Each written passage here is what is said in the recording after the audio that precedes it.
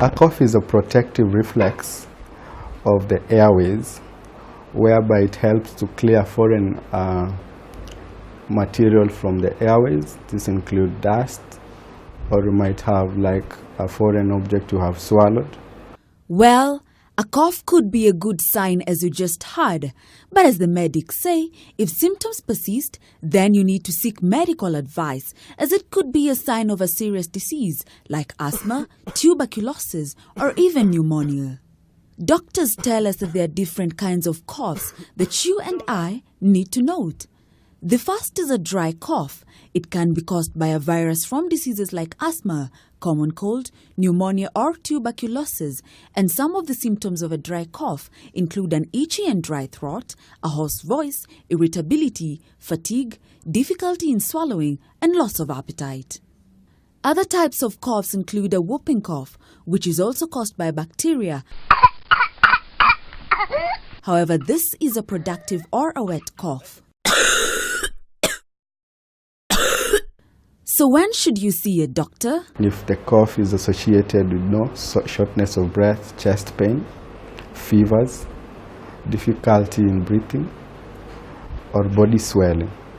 It is advisable not to self-medicate for persons who suspect theirs may be related to asthma. If you have known allergies to dusts, environmental allergens like pollen, cotton, pets, animals, so limit exposure to these things. There are other ways of dealing with a cough without necessarily resulting to medication. Ginger, turmeric, honey, lemon, even warm chicken soup suits the airways, the inflamed throat.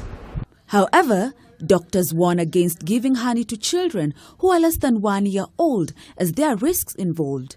Also, if a cough exceeds 7 days, then you must see a doctor. You realize your cough is lasting for more than 7 days, then more than 14 days, now it's a chronic cough.